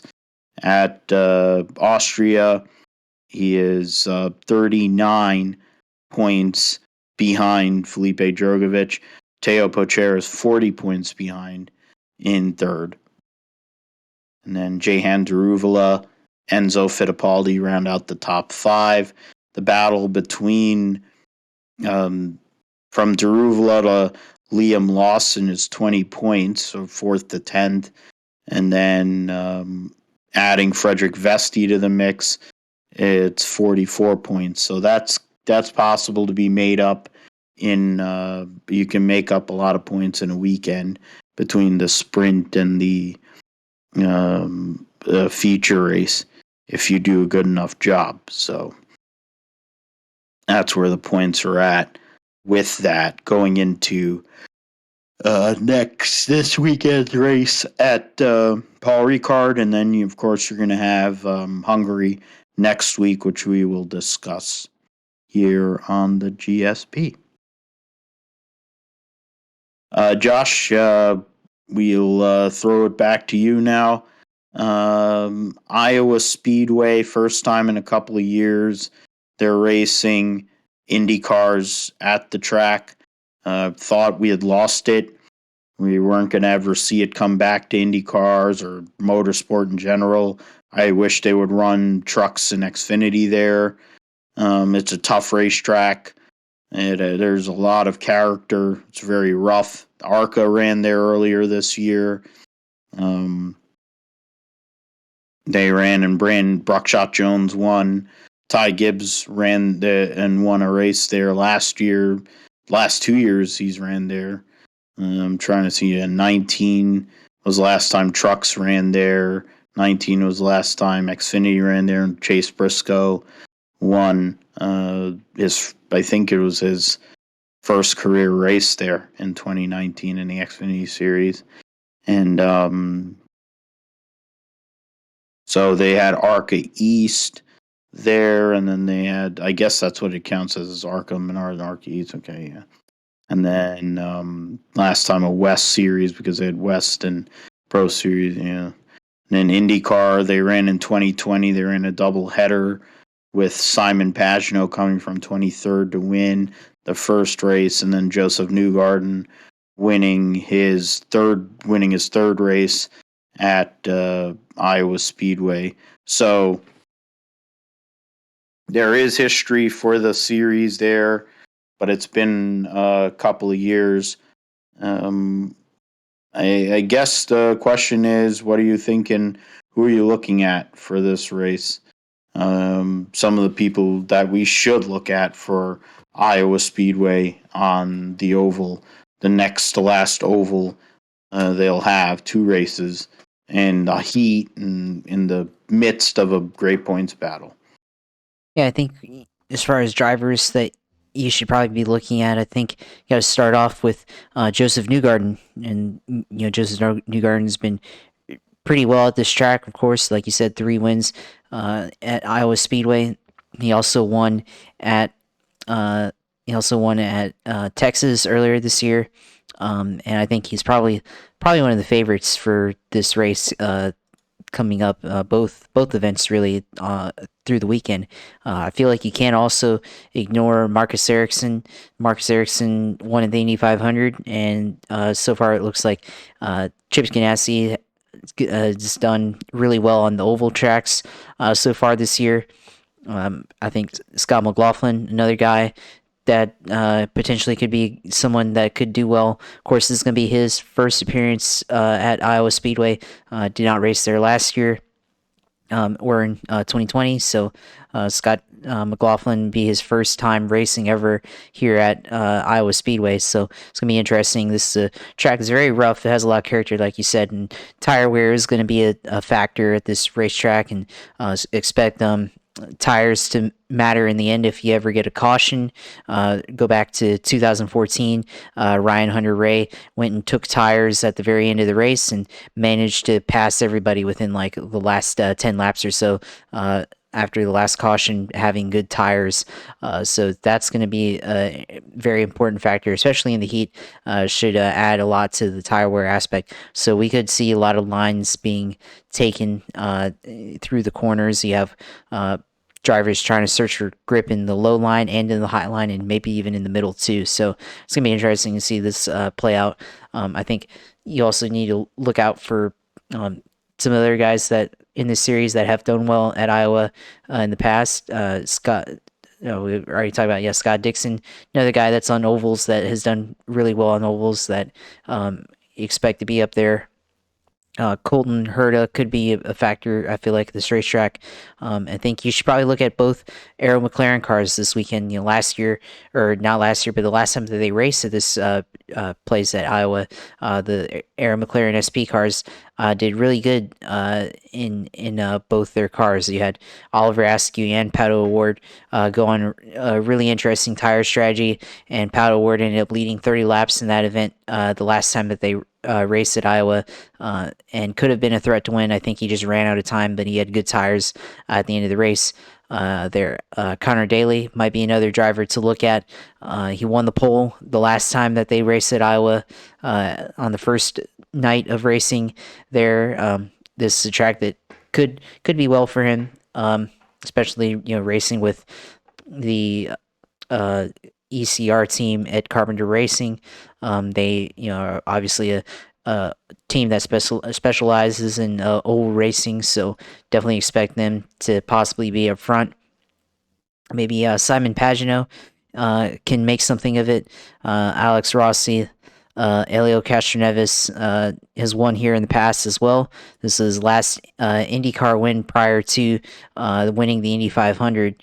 Winning back in 2017, I believe, in Iowa, prior to, or 2016, prior to his final win so far in his career at Indianapolis. So he could be a factor. And then, of course, you talk about Jimmy Johnson, who did well at Texas earlier this year, did well at the month of May up until the Indianapolis 500. Now, first time racing on a short track like Iowa, did not race ever in Iowa as a stock car racer. Can he do well at a track that's very similar in design to Richmond? This racetrack, very, very similar, designed in part inspired by Richmond Raceway. So could he do something here at this racetrack? We've seen how he's done at Richmond in NASCAR, very similar driving track to that track. So could he have something here in the cards for Richmond? I think it's going to depend on the car, how well he can adapt to the tire wear. He might be a guy that you have to look out for here. This racetrack has multiple grooves, and Jimmy is very good at finding multiple grooves and figuring out which one has the best lane. So we could see a possible top 10. I think is on the line this weekend for driver number 48. So maybe even a top 5 or something if he's able to have a good car and see how things play out. So it's gonna be interesting, and going back to this race, there's going to be 2 races, so not only are we going to see something on Saturday, but then also on Sunday. So 2 good days of racing for the fans. A lot of value there in the ticket. A 250-mile race and then a 300-mile race. So the fans going to get a lot of value in their ticket by going to both events, seeing Indy cars plus to the Sport Series as well. So it's going to be a really good weekend of racing, I think, for fans that go to the Iowa Speedway. And something to watch, and something I just caught on the IndyCar site itself. The qualifying that will take place on Saturday morning, and you'll see it on Peacock Premium, and you can listen to it on the IndyCar Radio Network. The race 1 qualifying spots will be set on lap 1, and lap 2 qualifying will set your spot for race 2. And in the race on Saturday is 250 laps. The race on Sunday will be 300 laps. So busy weekend for the men and women that work on the cars. Tough weekend for the drivers, having to stay hydrated and make sure they're all right. Bless you. Going and trying to make things happen in the heat. Fans have to stay cool. Some of the IndyCar fandom on social media talking about how they're gonna stay cool. Have to take a lot of those same thoughts into the race if I were to go to Pocono myself. But everything that Josh brought up, I mean, New Garden is the favorite. Did you picked New Garden, right? Yeah, do you have I a wild picked card? him. I picked him to. I'm gonna pick him to win. Yeah, because I think he's the favorite, and like I said, Yeah. being a 3-time winner at this racetrack, and I think he's the strongest overall in ovals so far this year. Outside of Indianapolis, of course, we only raced at Texas. That's the other oval, but yeah, I'm gonna pick Joseph Newgarden, and then I'm gonna pick Jimmy as a wild card here this weekend. Okay.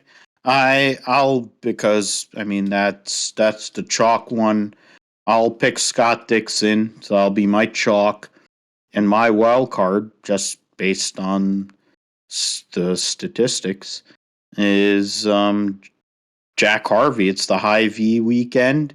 He's had 2 races at Iowa Speedway, and he's finished in the top 10 both times. He has an average start of 7.5 and an average finish of 7. So he basically starts 7th, and he finished. I think he started 8th, and he's finished and 6th. Or no, that would be 7. There's like 8th and whatever, 6th and or 7th and 10th or some shit like that. Yeah, and then whatever the hell it is, Jack Harvey needs a good run. I mean, I think Pato Award's a good call. Green Rahal, it's one of his better racetracks. I mean, he hasn't won a race in 5 years. It's a big weekend for Rahal, Letterman, Lanigan Racing. They're a big part of the promotion of this race. And I think he wants to go and have a good run. He has 2 different sponsors on his car. I forget what vodka company that they support. It's a company that's out. I don't know if Yeah, it's the High I Rock think it's Dale Vodka. Jr., the High Rock Yeah, vodka car. So Dale Jr.'s vodka it's company. pretty good So vodka, I have to say. I went and bought it a couple weeks ago. It's actually pretty good. I have to see if they have it around here because there's stuff like Tim Smith moonshine they don't have everywhere around here. And I wanted to sample it, and it's the same thing. Like I asked a friend of mine to go and get that um, whatever the summer, what's the one that Dale Jr. has that the summertime cream or something, whatever he has some drink with that company Oh, too. It was Sugarland like Shine. Sugarland Shine, and he had some sort of um Well, sipping cream or something. I wanted one of those. yeah, I So think it was like some moonshine. I think that he had in collaboration, like orange cream or something. I think that's his yeah. flavor. That's what it was. Yeah, I wanted one of them deals because yeah. and my friend wasn't able to find it. And he went out to like Virginia or Tennessee or Yeah. something, couldn't find it. So I think if you go to Total Wine, if you is that's a popular franchise for uh alcoholic beverages. That's a popular liquor store. Yeah, if you have one of those in your area, you should be able to find High Rock there because that's where I bought my bottle of High Rock. I'm bringing it up actually, just out of curiosity. The closest one it says is Union. Um, and then there's one in West Orange. I feel like there's closer ones, but yeah, it's Union and West Orange. Okay. Yeah, so I'll try to probably get there maybe, and the spirits. Yeah, there you go. They got lots of. I You can know, go and actually order online, so bring that's even some better. with you to Pocono, and you can make a screwdriver and enjoy that while watching the first stage there. Well, my plan is to watch the first stage and leave because it'll be done at like 4:45 or 5 o'clock. At that point, I'll be sufficiently served. Because I'll have been there since 8 or 9 o'clock in the morning, which is what makes it so brutal. Um, they should just run the ARCA Wreck Fest earlier in the day, just so people can laugh at how bad all those people are and how many people that are in the crowd that could be better than them, the people that are in that race. But instead, they're running it on Friday in front of nobody. The swap meet is back for Englishtown. They destroyed the drag strip, but we still have the swap meet and we have a drift track. Yeah, so Iowa Speedway, we'll see with that. We made our picks. Gotta figure out a way to document these just to see. I'm gonna write it down. I'm just gonna write them down here, roughly. So forgive me, listeners. Josh went with Joseph Newgarden, and then Jimmy. I can put one name. I know who he is. And then Scott Dixon and Jack Harvey. It's Phil, Josh, Iowa picks. I mean, I guess that goes across for both races. So, I mean, we're not picking two different races. We're not going to go and get it that much into the minutia of it. Last thing we have to get into is the French Grand Prix at Paul Ricard. Before we get into your sim segment, Josh, they've raced there. They've been racing there the last few years, even with COVID and all that. It's not a great racetrack. It's not exactly known for great racing, but there have been some interesting battles. Recently, the Verstappen Hamilton battle saw Verstappen come through, you know, last year with the victory. They didn't race there in 2020, but they did race there in 2021. Since their return, Hamilton has won 2 races there. Verstappen has won 1. Stats of the active drivers, showing the active drivers. That's what I'm going to do. So bring that up there. I'll make my picks first.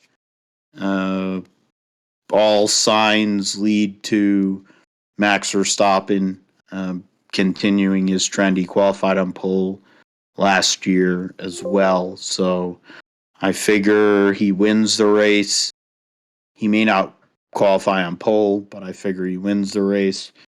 And that Pierre Gasly qualifies, or not Pierre Gasly, why do I Pierre Gasly? Charles Leclerc qualifies on pole, and Verstappen wins. We'll say Verstappen, Leclerc, and Hamilton on the podium for me as my picks for this weekend at Paul Ricard. Would be remiss if I didn't mention the fact that Haas will be bringing upgrades. Their one upgrade for the year will be coming this weekend. A lot of the teams will be bringing upgrades this weekend to get ahead of the mid-season break that they'll be having and the shutdown. So what we see this weekend and whatever things that they get to adjust off of that will affect not only this weekend's race in Paul Ricard, but then at Hungary next week, which is essentially a short track, a street track go-kart type circuit. So totally different races here, these two races. Lewis has done well at Paul Ricard, but car isn't the same car he's had the last 3 years there, or 3 of the last 4 years there. Verstappen has the advantage. He has to get back on the horse. He got a second place finish only because Ferrari blew up one of their cars. He should have finished worse than that, honestly. But he got a second place. He's on line to get his first legitimate world championship, and probably going to win on Sunday. I have a hard time believing anything's going to really get in the way of that. But Mercedes may have something to say about it. I think Lewis Hamilton and George Russell have a car that'll work really well at Paul Ricard because it's billiard table smooth. And some of the changes they've made and some of the upgrades they've made could have them in the mix, even though they lack straight line speed. So they might have to run less downforce than other teams to kind of make up for that. So we'll see how that affects their tire wear and tire temperature buildup, which has become which has been a problem for them so far this year, Josh. But other than that, I mean, Lando has a top 5 and 2 top 10s there. What is it? Bottas has 2 top 5s and 3 top 10s, but of course he was driving for Mercedes. Vettel, 2 top 5s, 3 top 10s. He was driving mostly for Ferrari in that time. Carlos Sainz has 2 top 10s. Leclerc has 1 top 5 and 2 top 10s. And Sergio Perez has 1 top 5, 1 top 10 in 3 races. Magnus and Alonso Gasly has 2 top 10s. Okay. And Stroll actually has a top 10, so who knew that was a thing? Yeah, so that's what we have with Formula One going into this weekend. Last part before the first half of the season ends, Josh, but what are you looking for at Paul Ricard, and who do you think is going to fill out the podium? Well, it's going to be interesting. I think, Max Verstappen probably be on the podium. And I think one of the Ferraris as well. I think they're starting to hit a corner or a turnaround with Ferrari. I think both Carlos Sainz and Charles Leclerc have been running well as of late. They just haven't been able to have quite the same luck. Of course, Carlos Sainz, winning Silverstone, and then the next weekend going to Austria, and then having a mechanical failure in the late stages of that race, taking him out of the running order there. So now he goes to the French Grand Prix to try to make up for that result and try to get back on track. But I think I think the battle is going to be between Verstappen and Leclerc. But then I think also got to start looking out for Mercedes. Lewis Hamilton has been running very well as of late. Just been picking up third place finishes, getting onto the podium the last couple of weeks in Formula One. So I think I expect maybe Lewis to be on the podium this weekend and maybe be very competitive compared to the Ferraris and the Red Bull. So it's going to be interesting to watch that. I think the Red Bull team principal Christian Horner said that he expects Mercedes to be very competitive this weekend. So if Christian Horner is saying that, I mean that means that they know that they got to be ready for Mercedes. So it seems like the upgrades that they put in so far this year seems like it's beginning to work out, and we'll see if it turns out right as far as the fortunes go, and see if Lewis is able to continue his streak of getting onto the podium, and if George Russell can continue getting top 5s like he has been for most of the year here in Formula One. So I expect those 3 to be the teams to look out for. I think you mentioned Haas earlier. Well, makes sense with their upgrades that they put in, and also consider the results that they had the last Grand Prix where both their cars finished in the points. Now they Gunther Steiner has said they can continue forward now that they've proven they can get 2 guys on the podium, but then also they've got to be able to remain even keeled. Can't get too overexcited over being in the points, and expect them to be low key throughout the weekend. And I'm sure Drive to Survive crew is going to be following them as they have for most of that series. I'm sure that they'll say one thing and then something else will end up turning up. So we'll see what happens with Haas. But I think that's probably the wild card team to look out for. They've been fairly good the last couple of weeks, and you saw the result of all that work in Austria. So I think they're going to be competitive, and I think also you have to look for McLaren, look for Lando Norris, see if he can continue to finish in the points, and see if Ricardo, as his ride comes into question, how does he respond at the French Grand Prix? Can he finish in the points, and not only finish in the points, but can he get higher than where he has been finishing, like maybe like a 6th place finish instead of a 9th place finish? Can he possibly beat his teammate this weekend and maybe shut down the rumors just for a little bit more as we continue to progress throughout the season? So I think that's something you have to look out for. I think with how he's performing, it's a bit of a long shot, but we'll have to see. And I think it also depends on how they qualify this weekend too. So we'll see what happens. But I mean, just to restate, I think Max Verstappen wins this weekend.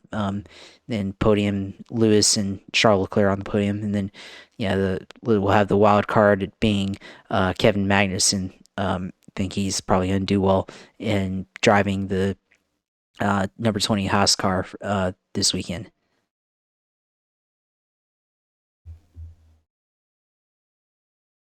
I'd sign for Kevin Magnussen having a good run. I picked Mick Schumacher on the Grid Talk podcast to have Q3 appearance, top 6 or so, 6, 7, and then to finish in the top 6 or in the race. So you're hedging with Kevin Magnussen. It's not a bad call. With that, Josh, let us know what's going on in the world of sim racing. There's a lot of games going on. You got Gran Turismo, you got Forza, you have all the ones on the computer. You have iRacing with some additions. You got the stuff going on because NASCAR determines all the racetracks that they're going to race on iRacing. So what's going on with you in the world of sim racing? Yeah, I mean, right now for me, I've been actually trying to play the Formula 1 game, F1 2022. So been trying to play it this past weekend. Did a couple of online races. And it was interesting. A lot of contact, and you can lose the front wing and still maintain pace. You don't really lose a whole lot of front downforce because, well, what a surprise! It turns out that ground effects work really well in the video game. So you can. I feel like I did lose a little bit of top end speed from the downforce, but it wasn't like once you lose the front wing, you immediately lose everything. So you can keep going. You don't have to, like, it tells you if you lose the front wings, like, oh, check the MFD to upgrade your pitch strategy, and then go take the route to pit road. Well, you can ignore that and just keep going. So kind of like unlike in iRacing, where if you get wing damage or something and they tell you have damage, they basically black flag you, and you have like 5 or so laps to come in to make your pit stop to get repairs for damage. And it's really annoying because especially like in IndyCar, where if you just barely touch the wall, but it's enough to say that you've got damage in IndyCar, well, you have to come in and take a pit stop, and hopefully yellow comes out before you're disqualified for not pitting on that side. So that's something to look out for. But yeah, in the video game F1 22, able to run a couple races there, and the starts were interesting, and especially talked about, well, I got damage. Well, the damage was from pretty crazy starts where a lot of people crashing at the start. whether right off the bat or in the first turn, trying to be the hero and everything. And I was trying to be careful, try to start in the back and just try to be careful with the first corner, not, try to send it and everything, just try to pick up positions through attrition. And that's what I try to do and try to get into the points at least and see, what I can do. Feel like right now lacking a little pace, but it's because trying to learn some of these tracks compared to how I am in iRacing with the Indy cars and the 87 cars. The F1's a little bit different, and I'm able to do well at the tracks that I know pretty well, like Spa, Monza, those type of racetracks where you have a lot of high speed straights and then smooth sweeping corners, but then the more technical tracks that I've tried, like Bahrain, some other places, it seems like it's a little bit tougher there. And then also did try the Miami GP offline, which that was an interesting race there. It's definitely a interesting corners, especially the one corner that's kind of set of corners that's kind of similar to Nashville street circuit in IndyCar, and you're able to really carry a lot of speed through that corner, and then use DRS throughout the three DRS zones on that racetrack. So yeah, it's an interesting game. You got to get a little bit more in depth into it. I feel like maybe there's some unnecessary aspects to the game, like you have the lifestyle part of the game where you try to upgrade your characters, like I guess bachelor pad or whatever it's called in the game. And it's a interesting aspect that they put in the game, similar to like what EA has, and I guess like the Madden games and the other sports games that they had, to try to like upgrade your character's life outside of the actual franchise career part. But rather interesting that they decided to put like a shopping simulator inside of an F1 simulator. So that part was cool. And then iRacing tried to do 87s at California Speedway, and then Indy cars at Iowa. Real tough on that end. Got taken out early in the Indy cars and trying to avoid an accident, and then Cup 87 cars was trying to avoid a wreck and then got hooked in the right rear and got sent into the wall. So a little bit of bad luck there, but it was a little bit busy, so I didn't have time to make it up. But that happens sometime in iRacing, so we'll take it with us and continue forward. So yeah, that's all I got really for a sim part. Try to continue to do more F1 stuff, and try to figure out more stuff on iRacing. And then, as always, you can follow the iRacing stuff, Twitch TV/usailor2. Go on there and see all my stuff. I did download my copy of my Indy 500 wins, so I'll probably just upload that to my YouTube page, so you can have it on there permanently, because Twitch has the thing where you end up losing the video. It gets automatically deleted after about maybe like 2.5 to 3 months. So getting close to that time, so I had to go and preserve it, download it, and I'll upload it to YouTube at some point, and it'll be on there permanently for people to see. So you can go follow me on there, Twitch TV/usailor2, and then of course the rest of the stuff for the close. Follow my social media at JPHuffine, see what I got to say on there, and see all the stuff I'm interested in, whether it's racing, the football stuff, the markets, all the other stuff that in the news that we see every day. So if you want to get on there and see what I'm interested in, look at my page.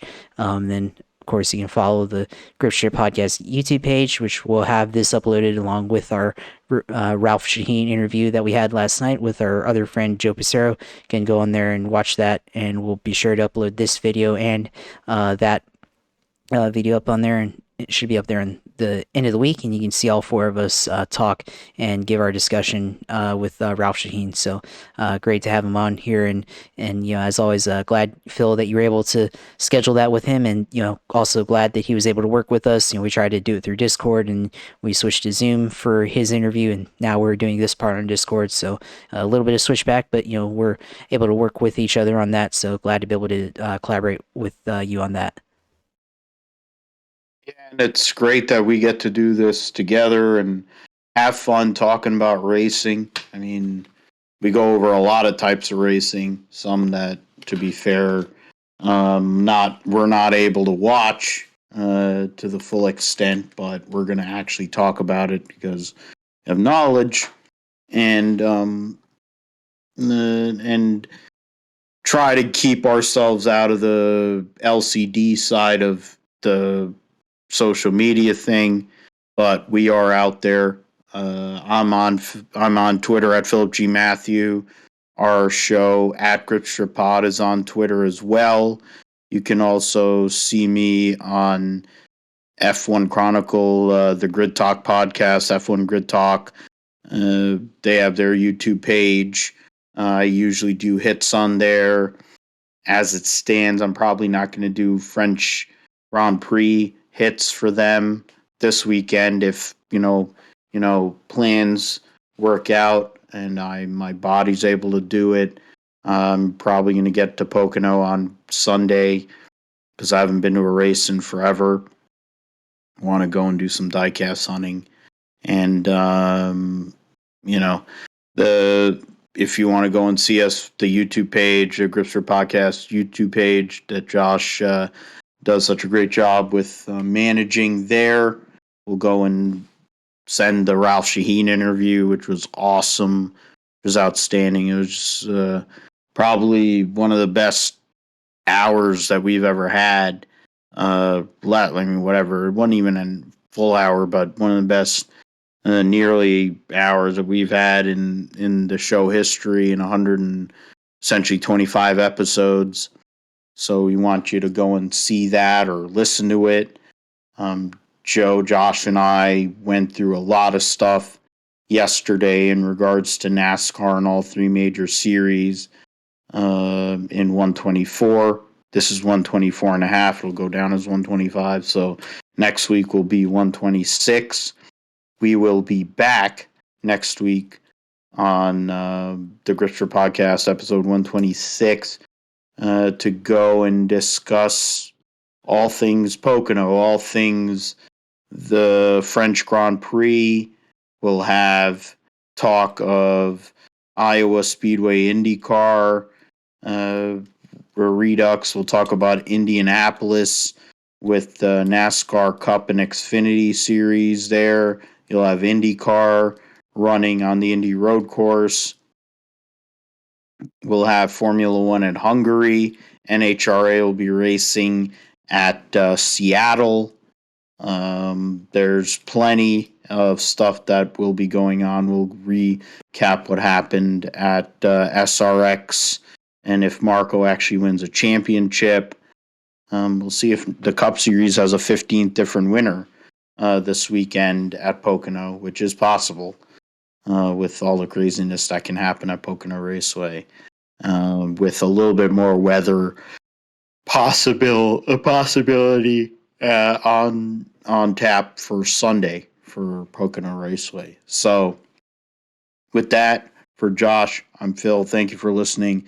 Gripster Podcast. Take care of one another. Things are kind of getting a little bad again relative to a certain thing that a lot of people want to ignore. So take care of one another and be cognizant of what other people are dealing with and your own personal situation with your health, and understand that not everybody is in the same spot, and let's care for one another instead of trying to knock everybody off, which seems to be the thing, unless you're a pussy and you have all that stuff and you still aren't willing to knock somebody off and you let him knock off kids. But that's beside the point. So that for Josh, I'm Phil. Thanks for listening to Gripster Podcast this week. 2 great episodes, and we will be back next week for episode 126 of the Gripster Podcast, going over everything that took place this past weekend in motorsports. Take care. Goodbye.